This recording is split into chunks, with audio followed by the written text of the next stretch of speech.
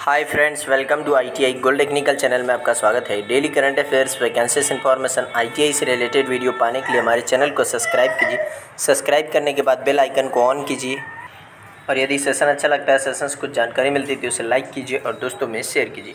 Share जरूर कीजिएगा क्योंकि यह कंपटीशन की तैयारी करने वाले बच्चों के लिए बहुत ही इंपॉर्टेंट सेशन है। चलिए सेशन की ओर चलते हैं। यदि आप हमारे चैनल आईटीआई गोल्ड टेक्निकल पर पहली बार आए हो तो अपने दोस्तों से सब्सक्राइब जरूर करवाइएगा।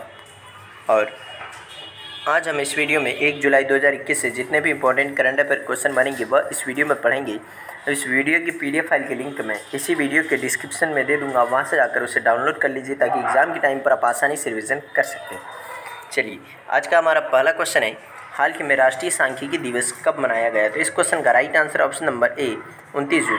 प्रत्येक वर्ष 29 जून को राष्ट्रीय सांख्यिकी दिवस मनाया जाता है।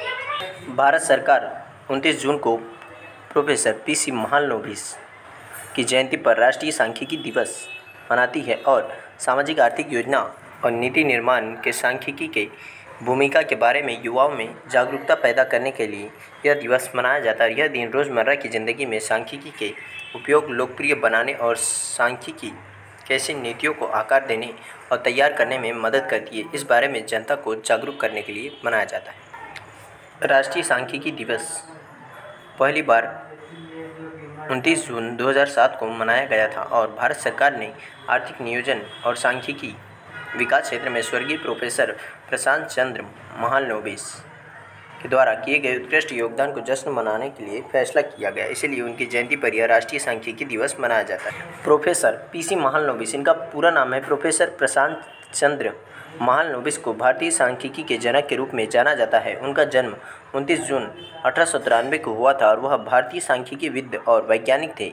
उन्होंने 2 डेटा सेटों के बीच तुलना के एक उपाय तैयार किया जिसे महालनोबिस द्वारा दूरी के रूप में जाना जाता है और वह योजना आयोग 1956 से 61 के सदस्य थे और उन्होंने दूसरी पंचवर्षीय योजना के 2 क्षेत्रों का इनपुट आउटपुट मॉडल दिया था जिसे बाद में नेहरू महालनोबिस मॉडल के रूप में जाना जाने लगा। और उन्होंने दिसंबर 1931 में कोलकाता में भारतीय सांख्यिकी संस्थान की स्थापना की थी। उन्हें पद्म विभूषण, ऑक्सफोर्ड विश्वविद्यालय से वेल्डन मेमोरियल पुरस्कार 1944 में, fellow of royal society London 1945 से सम्मानित किया गया था। इस क्वेश्चन का राइट आंसर है ऑप्शन नंबर ए, इसका राइट आंसर है। चलिए नेक्स्ट क्वेश्चन की ओर चलते हैं। नेक्स्ट क्वेश्चन है, हाल ही में सभी प्रारूपों में डेब्यू करने वाली सबसे युवा भारतीय खिलाड़ी कौन है? तो इस क्वेश्चन का राइट आंसर है option number C, Shafali Verma. Shafali Verma सभी प्रारूपों में डेब्यू करने वाली सबसे युवा भारतीय खिलाड़ी बनी है। यही है सैफाली वर्मा। सलामी बल्लेबाज सैफाली वर्मा ब्रिस्टल में इंग्लैंड के खिलाफ पहले महिला एक दिवसीय अंतर्राष्ट्रीय मैच में उतरते ही सभी प्रारूपों की पदार्पण करने वाली सबसे युवा भारतीय क्रिकेटर बन गई। उन्होंने सभी प्रारूपों में पदार्पण करने के लिए 17 साल 150 दिन का समय लिया है और वह सभी प्रारूपों में डेब्यू की सूची में कुल मिलाकर 5वीं सबसे युवा क्रिकेटर बन गई।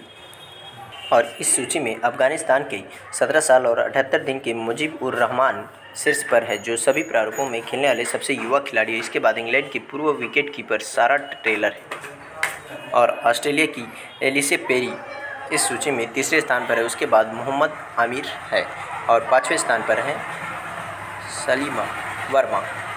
इसका right answer option number C. चलिए नेक्स्ट क्वेश्चन को चलते हैं। नेक्स्ट क्वेश्चन है, हाल ही में आईसीसी पुरुष T20 विश्व कप 2021 कहाँ आयोजित किया जाएगा? तो इसका right answer option number A, UAE United अमीरात या संयुक्त अरब अमीरात इसका राइट आंसर है।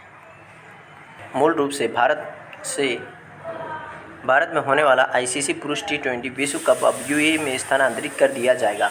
भारतीय क्रिकेटर कंट्रोल बोर्ड बीसीसीआई, जिसके पास इस साल के आयोजन का अधिकार है, इस संबंध में अंतर्राष्ट्रीय क्रिकेट परिषद को सूचित करेगा। T20 विश्व कप पिछले साल महामारी के कारण स्थगित कर दिया गया था और बीसीसीआई इस आयोजन का मेजबान रहेगा और जो Dubai international stadium, Abu Dhabi के Sheikh Zayed stadium, Sharjah stadium और ओमान क्रिकेट अकादमी ग्राउंड में 17 अक्टूबर से 14 नवंबर तक खेला जाएगा।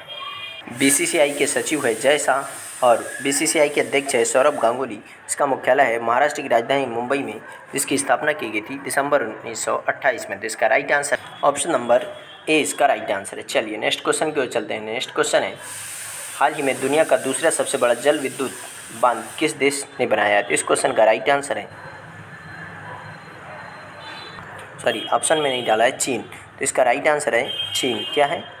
चीन ने दूसरा सबसे बड़ा जल विद्युत बांध बनाया है। चीन सरकार ने ऊर्जा उत्पादन शुरू करने के लिए आधिकारिक तौर पर दुनिया के दूसरे सबसे बड़े जल विद्युत बांध बहेतन बांध की पहली 2 उत्पादन इकाइयों को चालू कर दिया और बहेतन बांध दक्षिण पश्चिमी चीन में जिन्सा नदी पर स्थापित किया गया है। चीन की राजधानी है बीजिंग और यहाँ पर मुद्रा चलती है रेनमिनबी और यहाँ पर राष्ट्रपति है शी जिनपिंग। तो इसका right answer option number C में रखा है हमने, चीन। क्या है? चीन इसका राइट आंसर है। चलिए नेक्स्ट क्वेश्चन की ओर चलते हैं। नेक्स्ट क्वेश्चन है, हाल ही में राही सरनोबत ने ISSF विश्व कप शूटिंग चैंपियनशिप में कौन सा पदक जीता है? तो इसका right answer option number B, स्वर्ण पदक जीता है इन्होंने। यही है भारतीय निशानेबाज राही सरनोबत।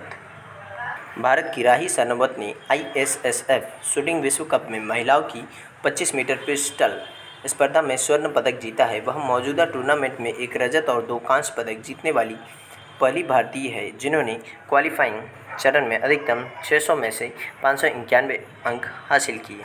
इसका right answer option number B. चलिए नेक्स्ट क्वेश्चन की ओर चलते हैं। नेक्स्ट क्वेश्चन है, हाल ही में जापानी शैली के जेन गार्डन और काइजन अकादमी का शुभारंभ किसने किया? तो इस क्वेश्चन का right answer option number A, प्रधानमंत्री नरेंद्र मोदी। प्रधानमंत्री नरेंद्र मोदी जी ने जापानी शैली के जेन गार्डन और काइजन अकादमी का शुभारंभ किया है। प्रधानमंत्री श्री नरेंद्र मोदी जी ने अहमदाबाद मैनेजमेंट एसोसिएशन परिसर में जेन गार्डन और काइजन अकादमी वर्चुअली उद्घाटन किया है। ये 2 नई पहले गुजरात में मिनी जापान बनाने में प्रधानमंत्री के विज़न का हिस्सा है और अहमदाबाद में लॉन्च किया गया जेन गार्डन जापानी कला, संस्कृति, परिदृश्य और वास्तुकला के कई तत्वों को प्रदर्शित करेगा। जेन उद्यान में भगवान बुद्ध की एक मूर्ति है और उद्यान AMA में जापान सूचना और अध्ययन केंद्र और भारत जापान मैत्री संघ गुजरात के साथ साझेदारी में बनाया गया है जो होगो इंटरनेशनल एसोसिएशन जापान द्वारा समर्थित है। इसका right answer option number A. चलिए नेक्स्ट क्वेश्चन की ओर चलते हैं। नेक्स्ट क्वेश्चन है, हाल ही में डोप प्रतिबंध पाने वाली पहली महिला क्रिकेटर कौन बनी? ऑप्शन नंबर ए इसका राइट आंसर है, अंशुला राव। यही है अंशुला राव जो डोप प्रतिबंध पाने वाली पहली महिला क्रिकेटर बनी। मध्य प्रदेश की allrounder Anshula Rao dope test में फेल होने के बाद 4 साल का प्रतिबंध प्राप्त करने वाली पहली महिला क्रिकेटर बनी है। उसे डोप परीक्षण के लिए राष्ट्रीय डोपिंग रोधी एजेंसी के पैनल द्वारा जुलाई 2020 की तारीख पर प्रतिबंधित किया गया था और इससे पहले उन्हें प्रतिबंधित एनाबॉलिक स्टेरॉइड 19 नॉरएंड्रोस्टेरोन का सेवन भी दोषी पाया गया था और अंडर 23 क्रिकेटर ने BCCI द्वारा आयोजित कई घरेलू टूर्नामेंटों में हिस्सा लिया था। उसने आखिरी बार शासी निकाय द्वारा आयोजित 2019-20 अंडर 23 कार्यक्रम में भाग लिया था। इसका right answer option number A. चलिए नेक्स्ट क्वेश्चन की ओर चलते हैं। नेक्स्ट क्वेश्चन है, हाल ही में Kashmiri century portrait of a society in flux नामक पुस्तक किसने लिखी है? इस क्वेश्चन का right answer option number C इसका राइट आंसर है, खेमलता वाकलू। खेमलता वाकलू ने यह पुस्तक लिखी है। खेमलता वाकलू ने Kashmiri century portrait of a society in flux नामक पुस्तक लिखी है। वह एक लेखिका, एक राजनीतिक नेता और एक सामाजिक कार्यकर्ता है जिन्होंने पिछले 50 वर्ष जम्मू और कश्मीर के लोगों को बेहतर बनाने के लिए अपनी कई प्रतिभाओं का उपयोग करने के लिए समर्पित किए हैं। इस क्वेश्चन का right answer option number C. चलिए नेक्स्ट क्वेश्चन की ओर चलते हैं। नेक्स्ट क्वेश्चन है, हाल ही में FATF की ग्रे लिस्ट में कौन सा देश शामिल हुआ है? तो इसका राइट आंसर है option number D, Philippines FATF की ग्रे लिस्ट में शामिल हुआ है। फिलीपींस को फाइनेंशियल एक्शन टास्क फोर्स की ग्रे लिस्ट में शामिल किया गया है। FATF ने अपने क्षेत्राधिकारों की ग्रे लिस्ट जारी की है जिन पर अधिक निगरानी रखी जाएगी और फिलीपींस के अलावा हैती, माल्टा, दक्षिण सूडान को भी ग्रे लिस्ट में जोड़ा गया है। अब इन न्यायालयों को वर्ष में 3 बार FATF की प्रगति रिपोर्ट प्रस्तुत करने की आवश्यकता होगी और फिलीपींस को 2005 में FATF की ब्लैक लिस्ट से हटा दिया गया था। इससे पहले 2000 में FATF की ब्लैक लिस्ट में उसे शामिल किया गया था।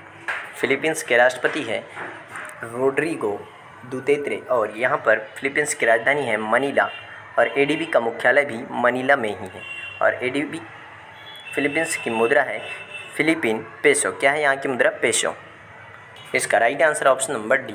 चलिए नेक्स्ट क्वेश्चन की ओर चलते हैं। नेक्स्ट क्वेश्चन है, हाल ही में किसने जापान का फुकुओका ग्रैंड पुरस्कार जीता है? तो इस क्वेश्चन का राइट आंसर है option number D, P Sainath. P Sainath ने यह जापान का पुरस्कार जीता है। यही है पत्रकार पी साईनाथ जिनको यह अवार्ड से सम्मानित किया है। पत्रकार पलागुमी साईनाथ को 2021 के लिए फुकुओका ग्रैंड पुरस्कार से सम्मानित किया गया। वह एक प्रतिबद्ध पत्रकार है जिन्होंने भारत में गरीबी, खेती वालों गाँव की जांच जारी रखी और ऐसे क्षेत्रों में निवासों की जीवन शैली को वास्तविकता पर कब्जा कर लिया है। जापान के फुकुओका शहर और फुकुओका सिटी इंटरनेशनल फाउंडेशन द्वारा स्थापित यह पुरस्कार व्यक्तियों और संगठनों को एशियाई संस्कृति के संरक्षण और उनके काम के लिए दिया जाता है। इसका right answer option number D. चलिए इसका right answer option number D. आज का सेशन यहीं समाप्त होता है। यदि आप हमारे चैनल ITI गोल्ड टेक्निकल पर पहली बार आए हो तो इसे सब्सक्राइब कीजिए। सब्सक्राइब करने के बाद बेल आइकन को ऑन कीजिए ताकि मैं जो भी नया वीडियो बनाऊं सबसे पहले आपके पास पहुंचे और आप उसे देखें। इस सेशन अच्छा लगता है, सेशन को जानकारी मिलती है तो इसे लाइक कीजिए और दोस्तों में शेयर कीजिए। शेयर जरूर कीजिएगा। Thank you so much watching for my video. मिलते हैं नेक्स्ट सेशन में।